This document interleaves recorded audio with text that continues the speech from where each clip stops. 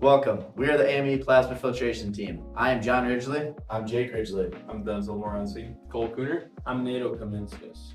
In the AME shop, there is no plasma cutting specific filtration system in place. There is only a welded fume extractor, which is not effective for plasma cutting.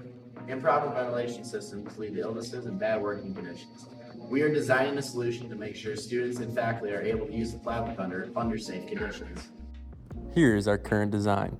From the nozzle, the dirty air will be ducted out to mechanical equipment.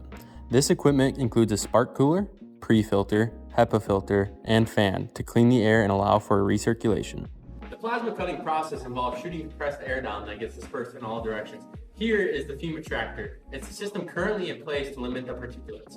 However, having the nozzle initially above is not an effective way to capture the smoke and fumes because they disperse under the material before they may be captured by the hood.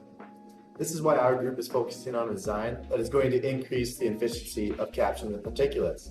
To accomplish this, we are going to capture the particulates and fumes closer to where they are dispersed, which is under the plasma cutting table.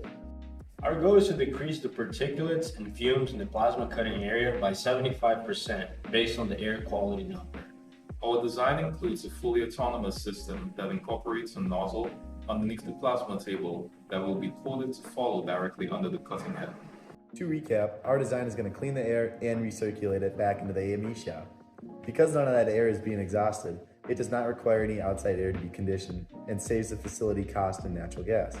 Most importantly, the university workshop will become safer and cleaner for faculty and students. Go Jacks!